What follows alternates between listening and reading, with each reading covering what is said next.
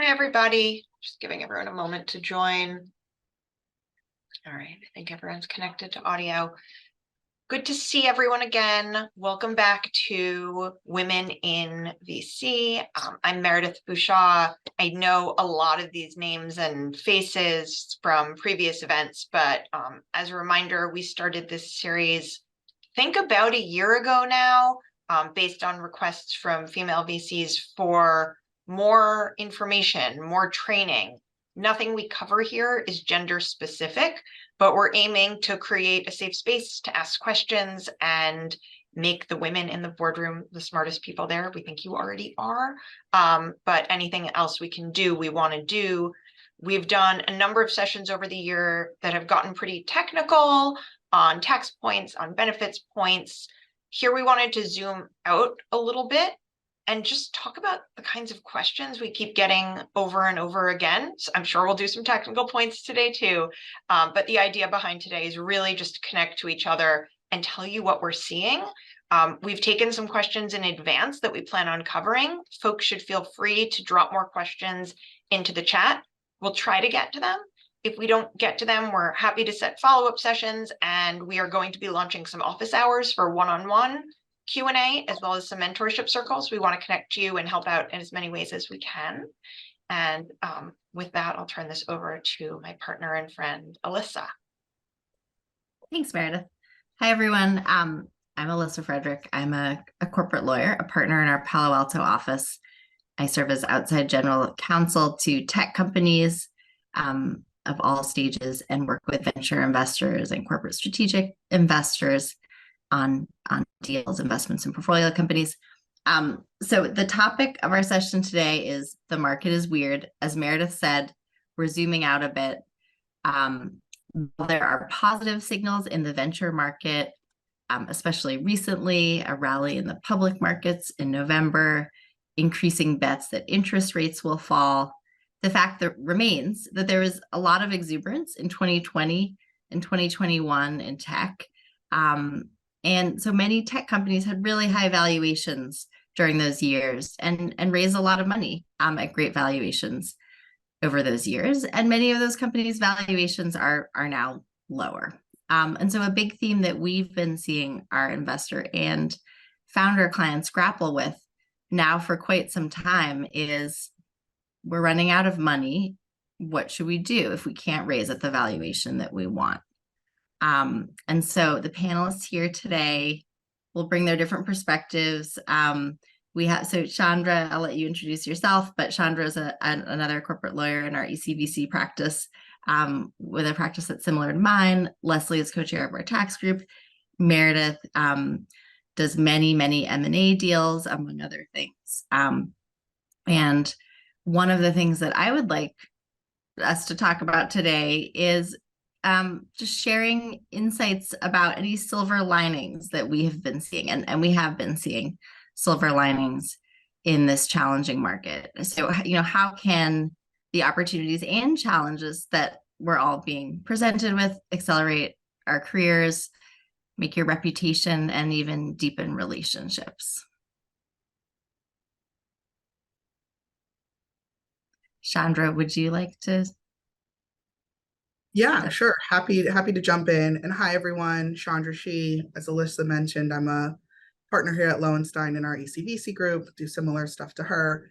Love seeing so many familiar faces here on the call and some new ones too.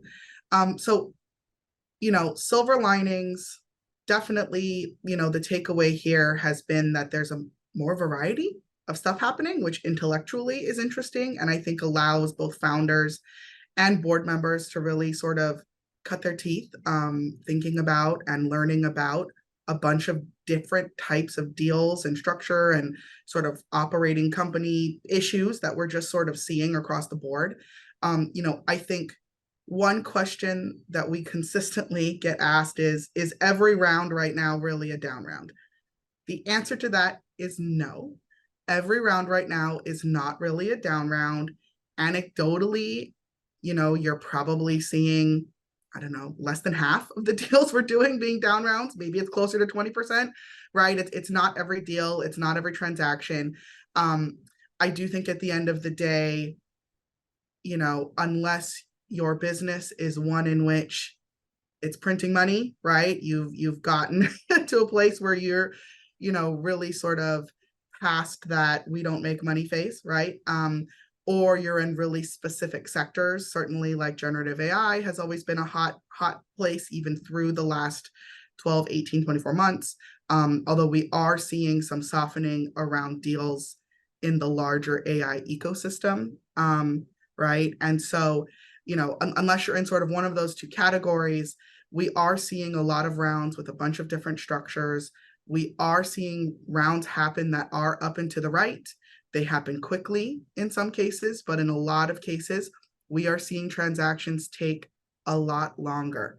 Even if you're a great company with great numbers, getting an investor to sort of sign that term sheet, or if you're on the investor side, finding a company where you're getting sort of support from your partnership to proceed with getting to a term sheet quickly and then doing a deal quickly, we're just seeing it take a lot longer. We're also seeing due diligence, return of due diligence, both on the legal side and on the business side.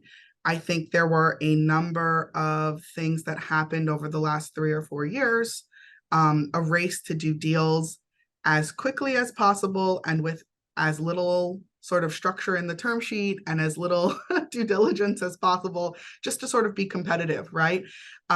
We saw that happening. Coinciding with that, you saw some high profile sort of fraud cases or things that have come out where questions have been asked about whether there should have been or could have been more diligence done, right, leading into a transaction that may have prevented some of the outcomes that we've seen. And so as a result, one of the reasons we're seeing deals take a little bit longer is just people are doing real diligence again, in ways that you should prepare for and be aware of. Now, for the deals where we are seeing structure, a really big question we're getting is, what are some of the structures that you're seeing? And I know we've done entire sessions on this earlier in the year, going really deep on them, but just at a high level, so people sort of can hear it again and be refreshed. I think if you're at a company or you're investing in a company, you're sitting on a board and it's an existing portfolio company of yours and they need to raise cash, and it's not a situation where it's going to be an up round led by an outsider or insiders. We are seeing people say, well, let's do a flat round. It's not really a down round because we're going to sell it at the same price as before, but maybe there'll be some extra sweetener there somehow.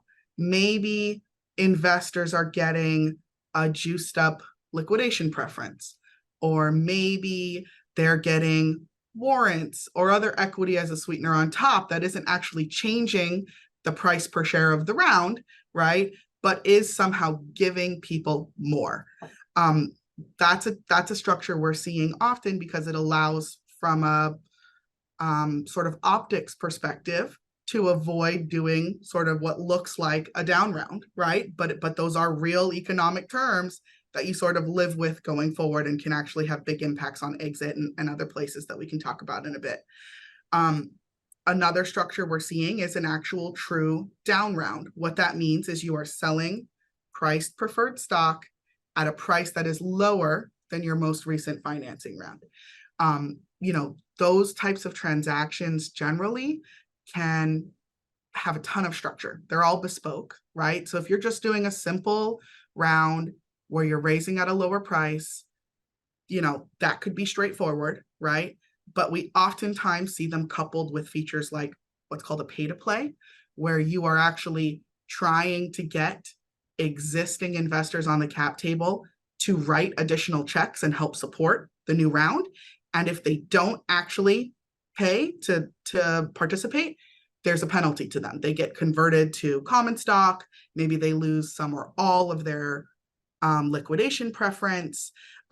Maybe it's getting converted in what we call a cram down, where your existing shares and your ownership percentage is being reduced drastically alongside everyone else, right? This is something that has to sort of treat people equally that are similarly situated to you, but where you're taking sort of an existing cap table and literally cramming it down from being 100% to being 10%, 5%, 1% on a post-closing basis. Those can be really, really consequential changes.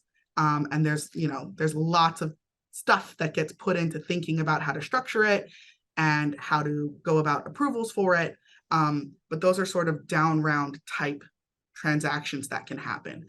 I think outside of a preferred stock financing round, we are also seeing companies think about, well, if I don't have to raise a priced round right now, and I don't have to set a value at the company right now, but somebody's willing to write me a check, maybe we do it as a bridge round, right? A convertible promissory note, or we do it as a SAFE.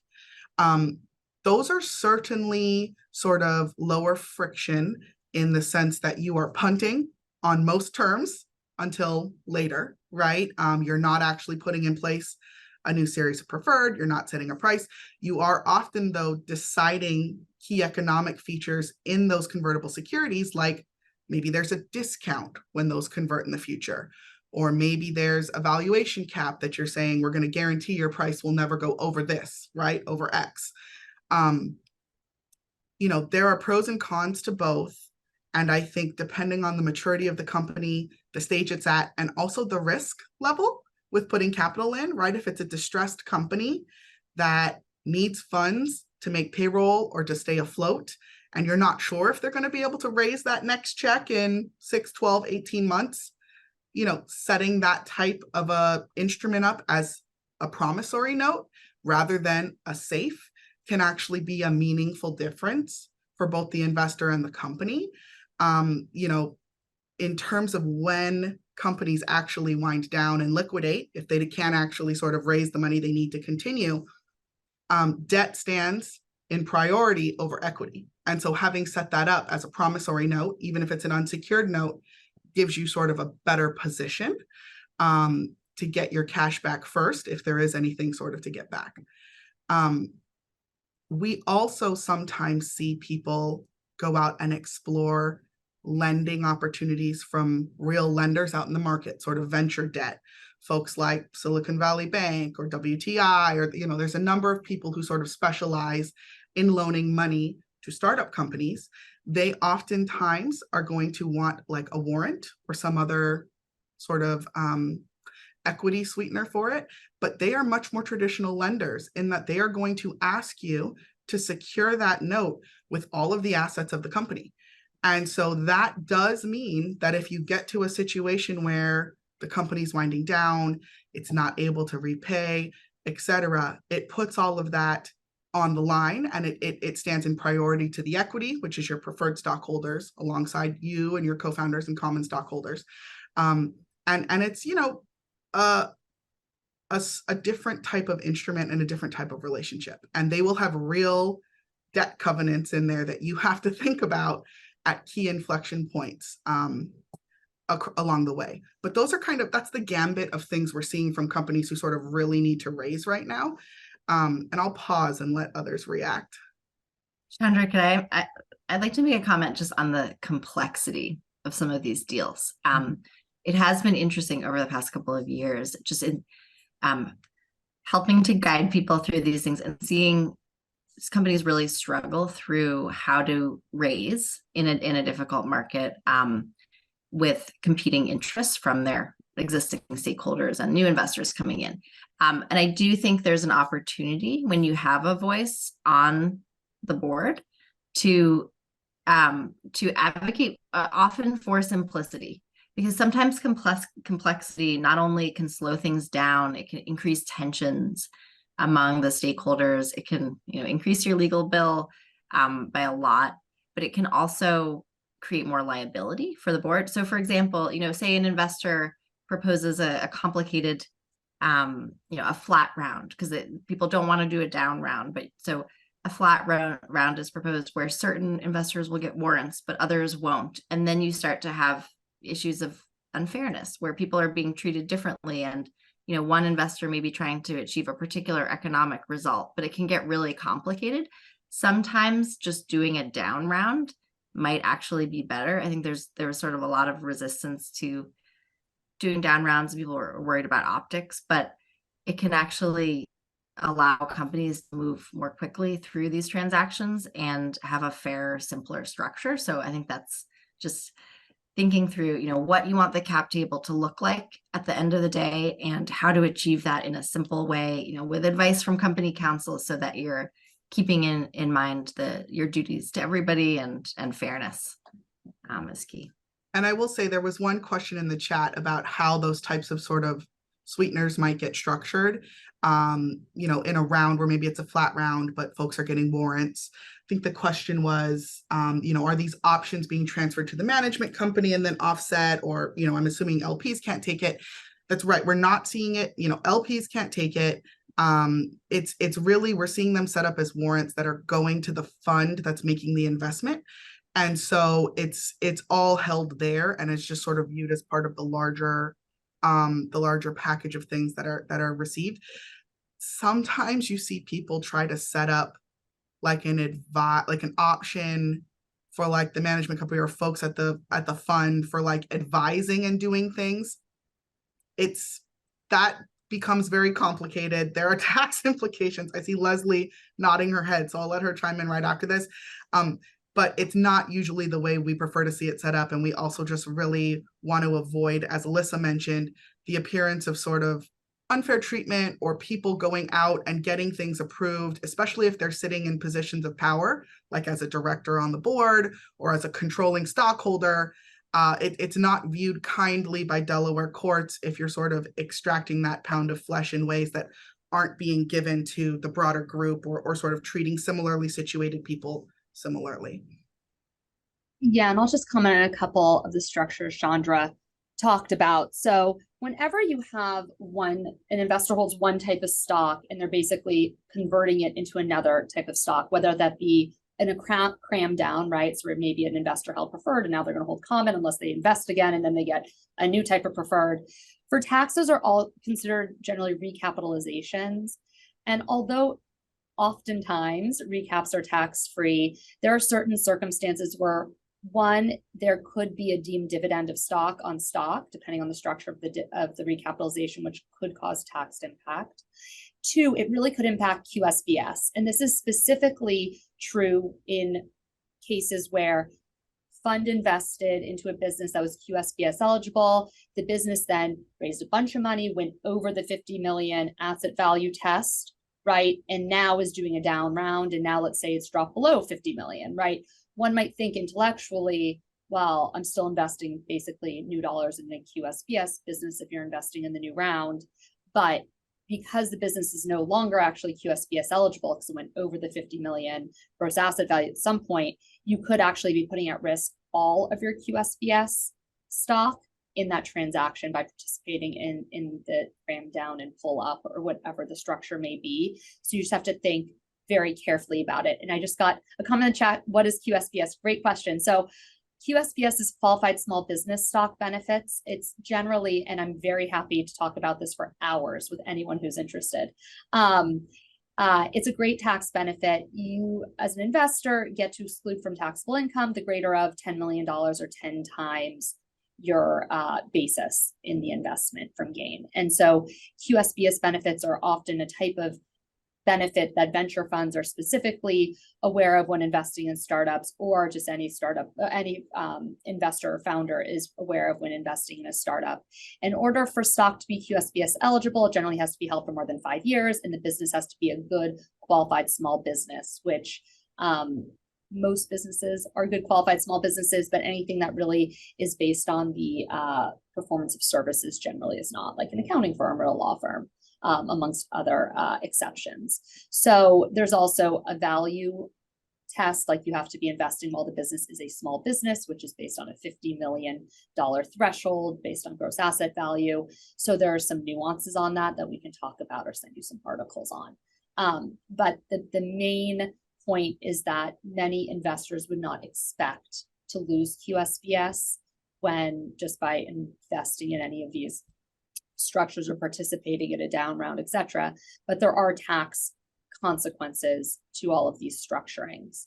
The second point I just wanted to make is warrants Warrants are great. We're seeing a lot of warrants thrown around right now as sweeteners. Just as a reminder, penny warrants for tax purposes are actually stock.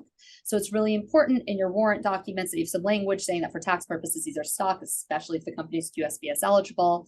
And if the warrants are not penny warrants, there's something called the investment unit rules where you have to split your basis in any new investment or any debt, if you're investing in debt, amongst both the two instruments, the stock or the debt and the warrant, which could have other tax impacts that you just need to think about. One other, Chandra, go ahead. Well, I was just going to say one thing, which is that this is a great reminder. We're not expecting you guys to memorize all of this.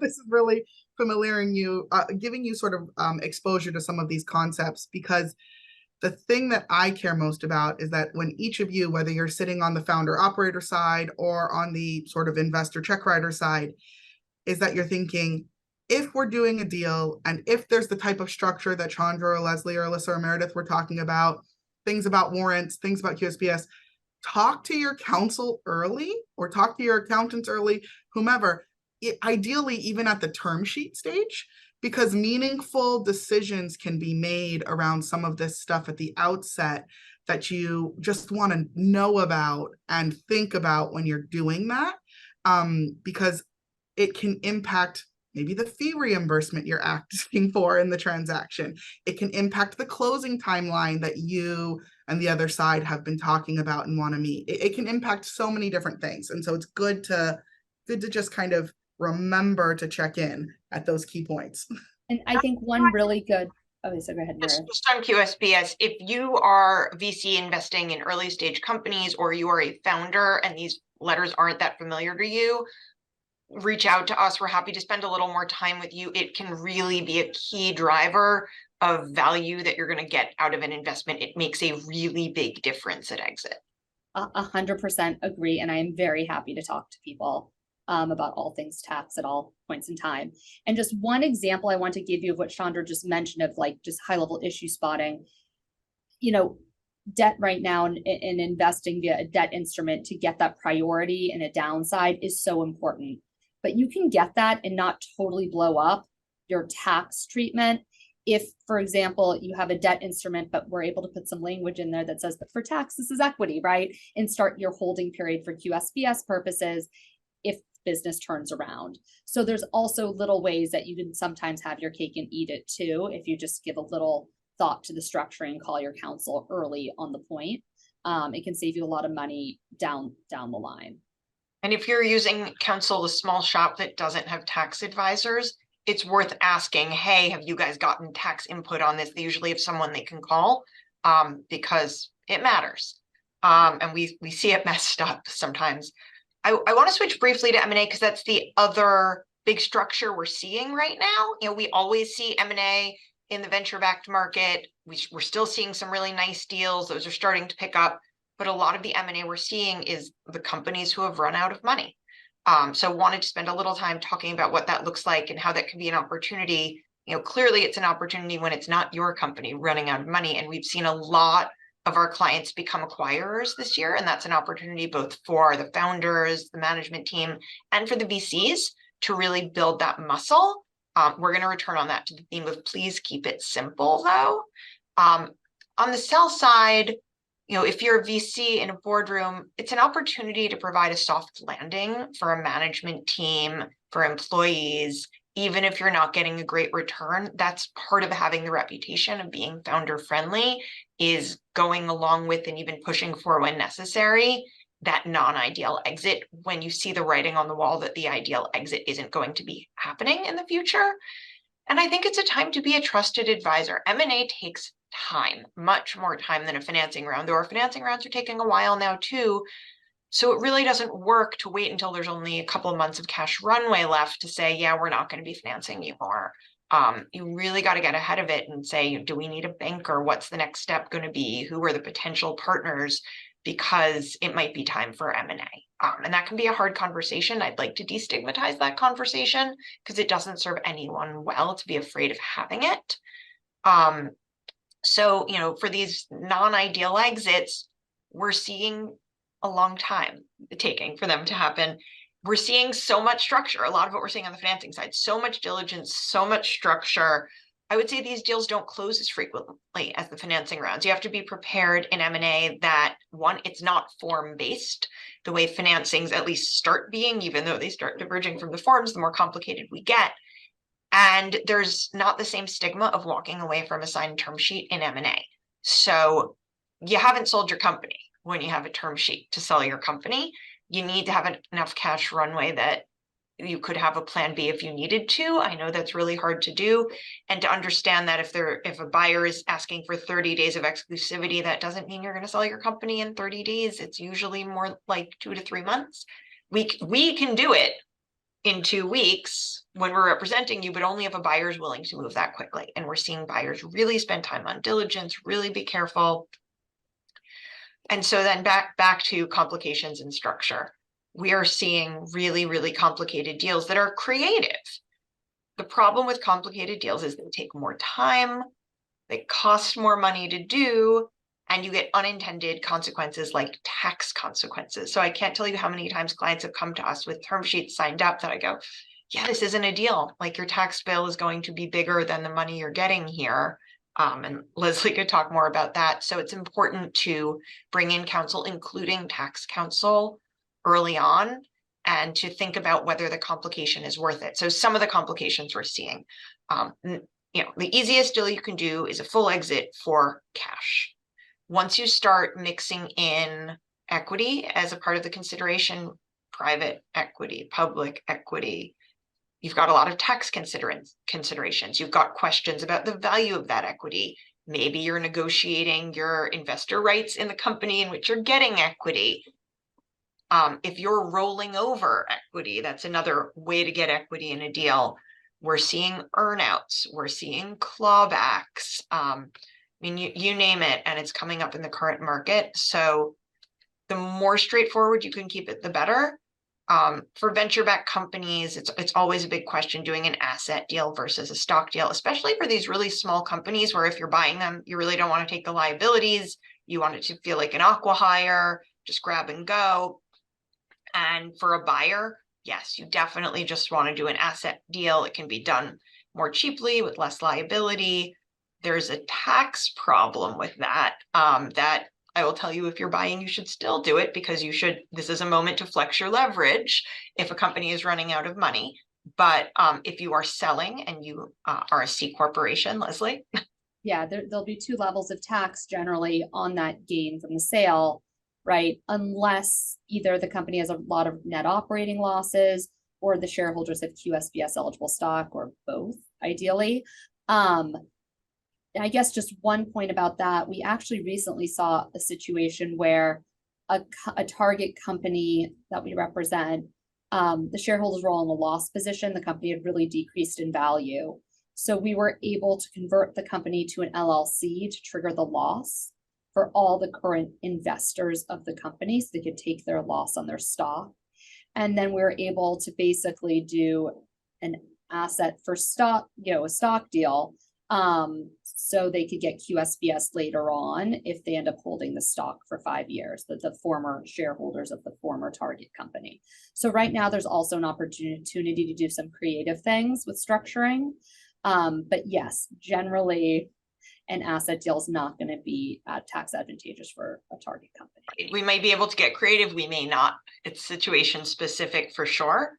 We're also asked all the time, because the idea here was to cover the questions we're asked. And Chandra, how many times are we asked, can I just get paid as a founder and still be taxed at cap gains? And the answer is no. In M&A, you have to follow your waterfall. I know Chandra and Alyssa say, if you want to do a down round, show us what you want the cap table to look like afterwards. We'll figure it out. Please don't do that in M&A, because if you do anything other than just follow the waterfall the way it's supposed to flow, you're getting taxed at ordinary income, and we can't fix that for you.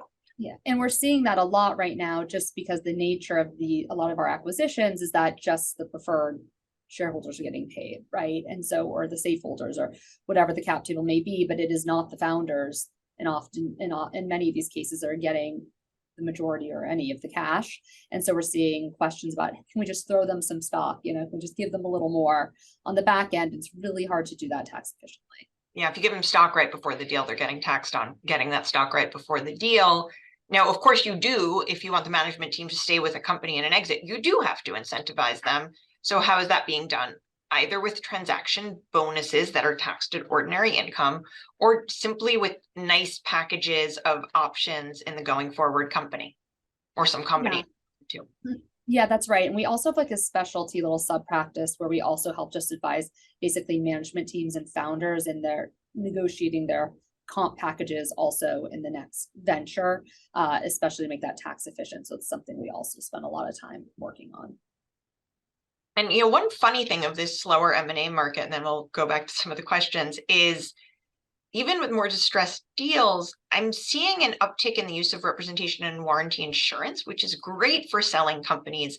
And that's because the M&A market has been less busy. So this insurance product that you couldn't get when the market was booming, unless you had a big deal, you weren't going to get it.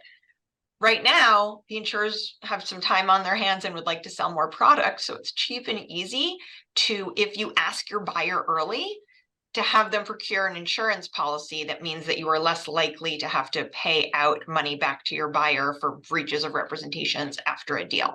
So that's been kind of nice, but if you don't get anything you don't ask for, so you got to put that on the list early. And one reason that's a feature of M&A deals and not necessarily venture transactions is because in M&A deals, buyers walking away with the business or the assets, they want to go do things with it. There's real liability at play, and there are lawsuits for breaches of reps and warranties in M&A transactions. I won't say frequently, but it's not infrequently. Very unusual to see litigation over breach of rep and warranties in venture transactions, in minority preferred stock financings, in part because the people who are upset are stockholders in the company who are sort of devaluing the company by bringing the lawsuit. So absent there being like a true fraud situation, it's just less of a consideration in a venture transaction. Doesn't mean you're not still caring about the reps and warranties and about due diligence, but it's a little bit of a perspective shift as opposed to M&A. Yeah, and the reps and warranties in M&A are separately negotiated for every transaction. The process of creating disclosure schedules is much more in-depth and painful, and those lawsuits do happen. The insurance product is great, but only the buyer can buy it. You as a selling company cannot buy it.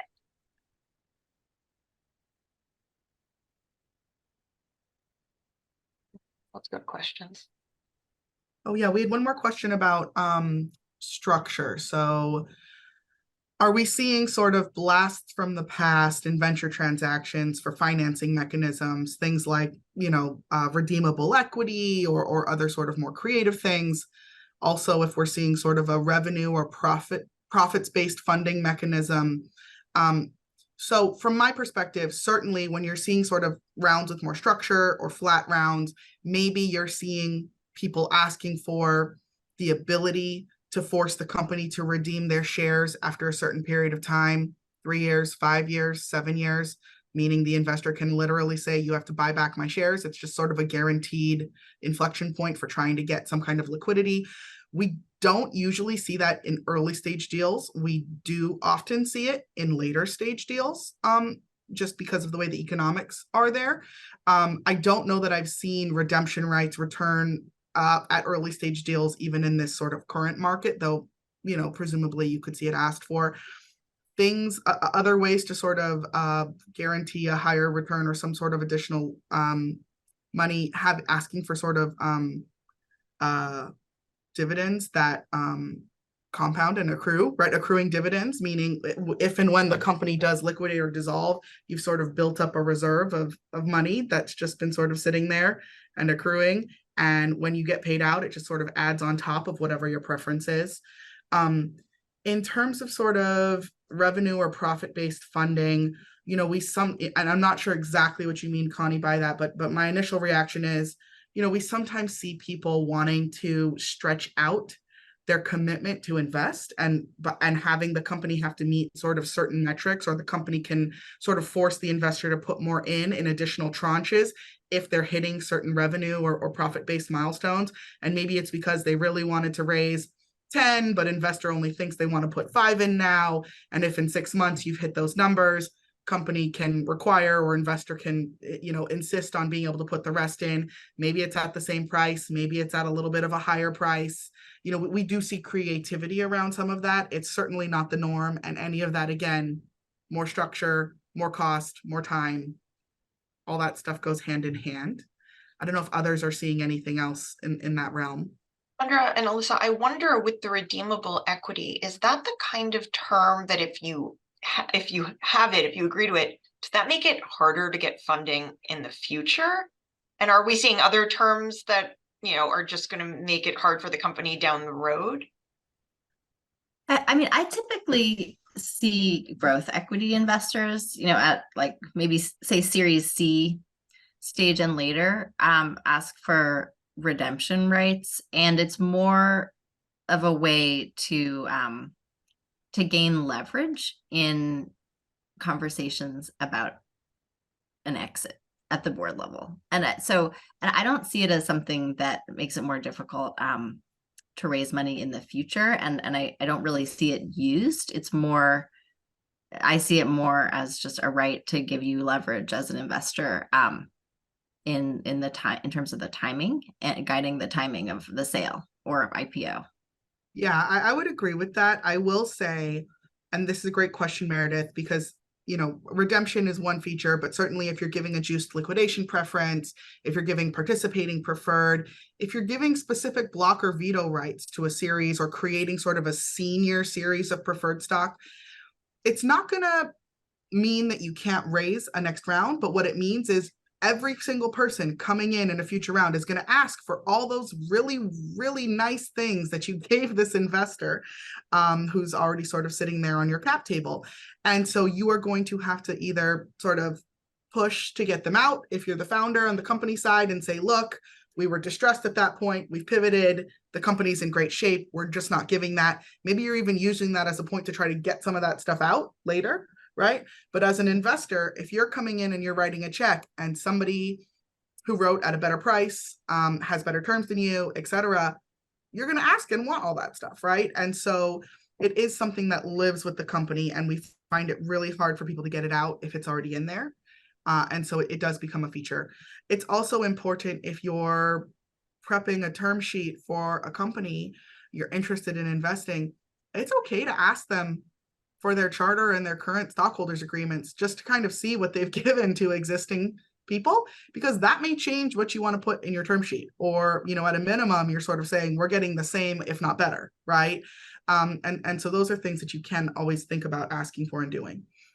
A similar topic comes up in M&A in these deals where we're seeing private stock consideration. And, as a buyer, you say, well, pay you however many millions of dollars in our stock, and the seller wisely says, what kind of stock and at what value? Buyers should resist creating junior preferred acquisition stock. It gets really complicated. It's really expensive. It's very obvious on your charter. Every other company you ever acquire is going to expect you to do it.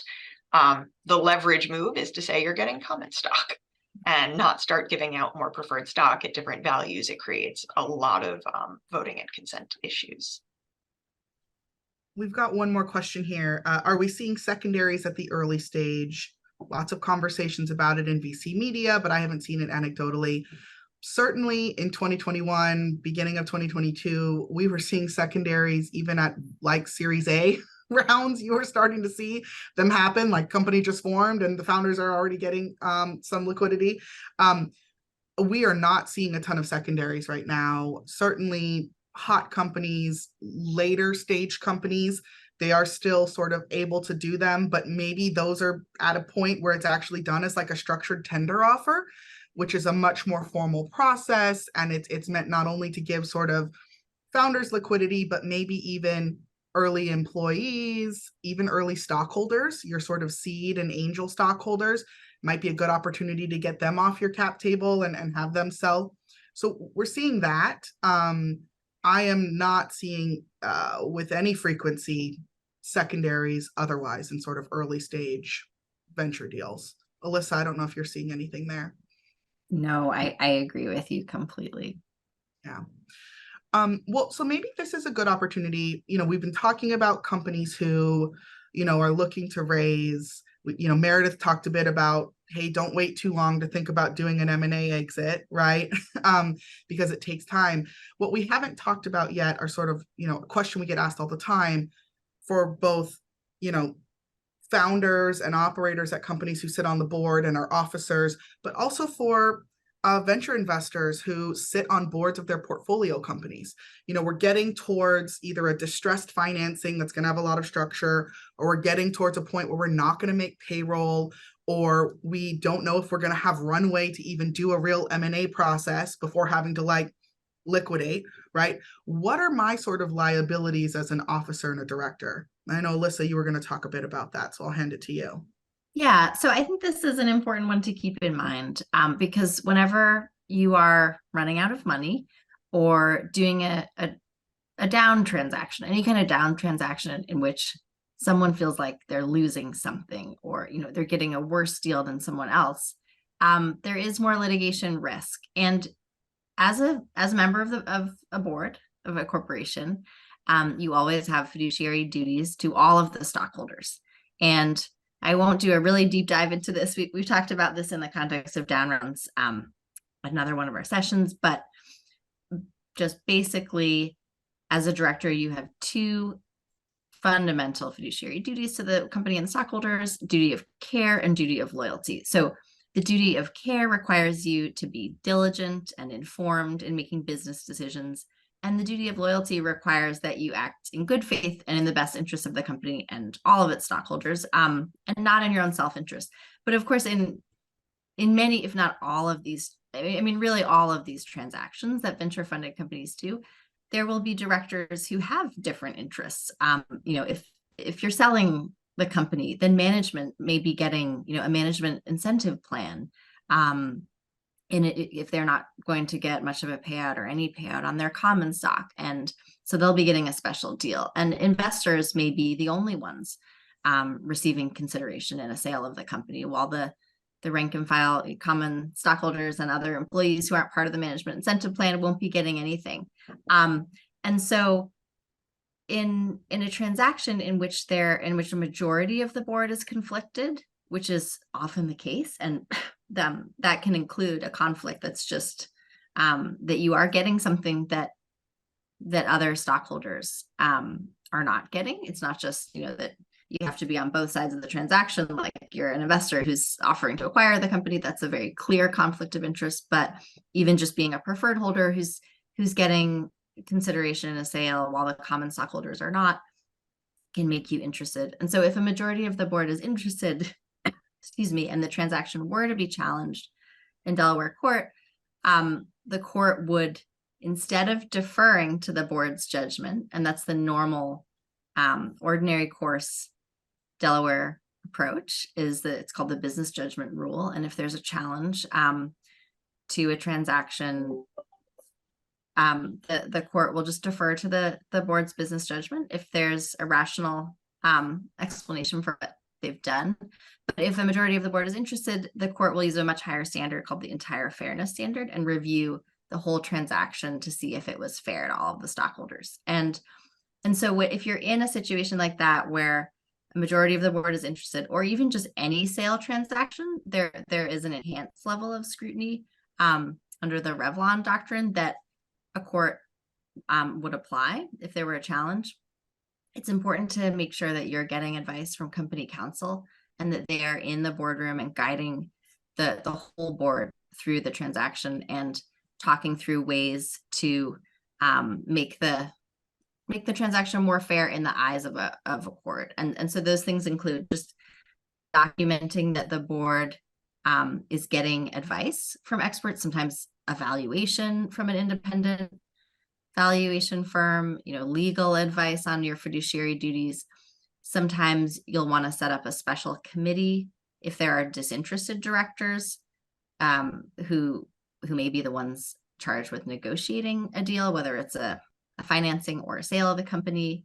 And then sometimes boards consider subjecting the whole transaction to a vote of the disinterested stockholders. That can completely cleanse a transaction. That's usually not a practical a practical approach. A lot of companies decide not to do that, but it is good to just have advice from company counsel that you, whether you're an investor on the board or a founder, are getting, to make sure that you're aware of what your duties are and that the board is moving through the process in a way and documenting everything that you've considered in a way that protects you all if there ever were to be a challenge. And usually, if we're talking about, say, a down round or recapitalization, usually the challenge would come up later on once the company is recovered and done really well. And in an exit, excuse me, say the new investors or the people who paid to play and invested in the new transaction at a really good price ended up receiving a lot in a sale of the company, whereas the people who are crammed down, end up with nothing or very little.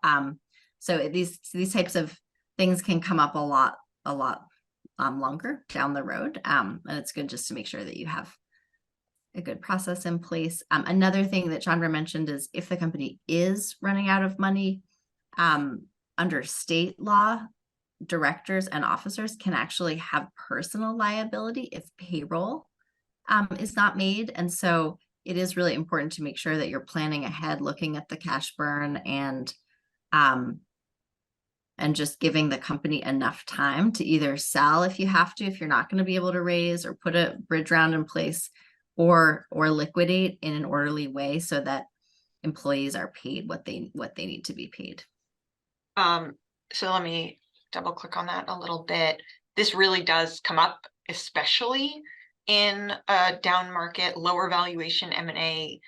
Private M&A really does litigate, and most VCs I know who have spent a few years serving on portfolio company boards have been personally sued.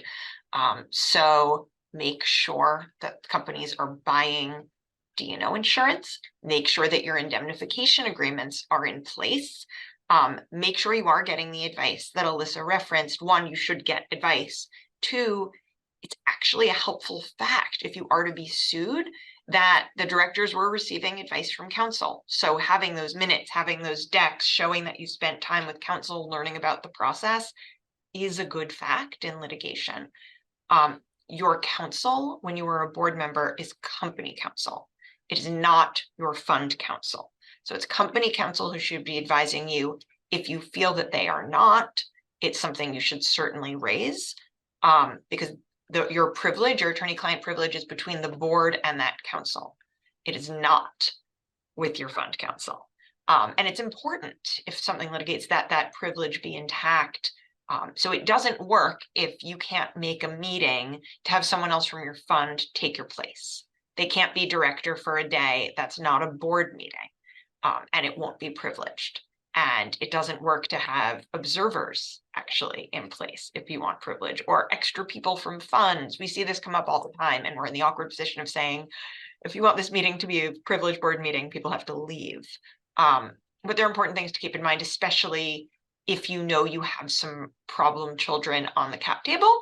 And often you have a sense of that, right? You know if everybody's getting along, you know if there's an ousted founder who owns a big chunk of a company, that might be a problem for you, and you might be more likely to litigate and want to just double check yourself a little bit more there. So yeah, it's the unfortunate reality. And then we got a lot of questions about, when do I step off a board? It is okay to do that. If you as a fund have decided you're kind of writing off an investment, it's probably not a great use of your time to be on that board. And it's not, you don't need to take that liability when they're going to ask you to bless a conflicted transaction. So it's absolutely okay to step off. I would just, to do the right thing by the company, make sure everything that they need you to approve in advance is already done. Make sure that they're still going to have quorum or a way to reach quorum without you there. If not, there may need to be some changes to the bylaws to ensure that the company can continue to operate and have a board once you've stepped off. But we've seen that happen a lot this year too. Do not stay on a board and just not go to meetings. That doesn't work. Very good points. I think one other thing when we're talking about end of life, real concerns, end of life of the company, not of anybody involved. And if you have real concerns about cash, there's this thing that is called the zone of insolvency that's always important for directors to be mindful of. What it means is if the company is at risk of sort of going bankrupt or not being solvent, and you're aware of that as a director because you're involved and active, you really kind of need to be thinking about, like, over the next 6 months, if we have a fear that this might happen and there's not going to be cash, that fiduciary duty that Alyssa mentioned that runs to sort of the company's stockholders, well, if you enter this zone of insolvency, it also now runs to the creditors of the company. And so you need to be thinking about preserving cash, being able to pay back creditors, and not sort of doing things in ways where if a bankruptcy court were to come in and look in that 6-month period, they'd go, well, you had 10 creditors, some sort of were older debt than others, but you prioritized repaying the loan to the founder's sister over all of the other creditors, and there was no reason to do it, right?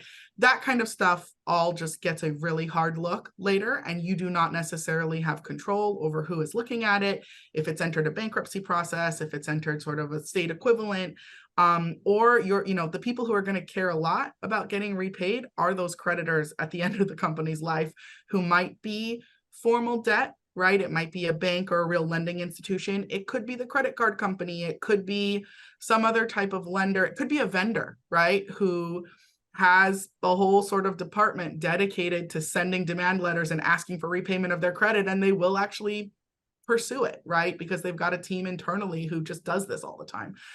So those are real things to think about. And as a board member, whether you're the operator or you're the, fund, appointed board member, you need to be thinking about it and making sure that the board is talking about it and has sort of a plan.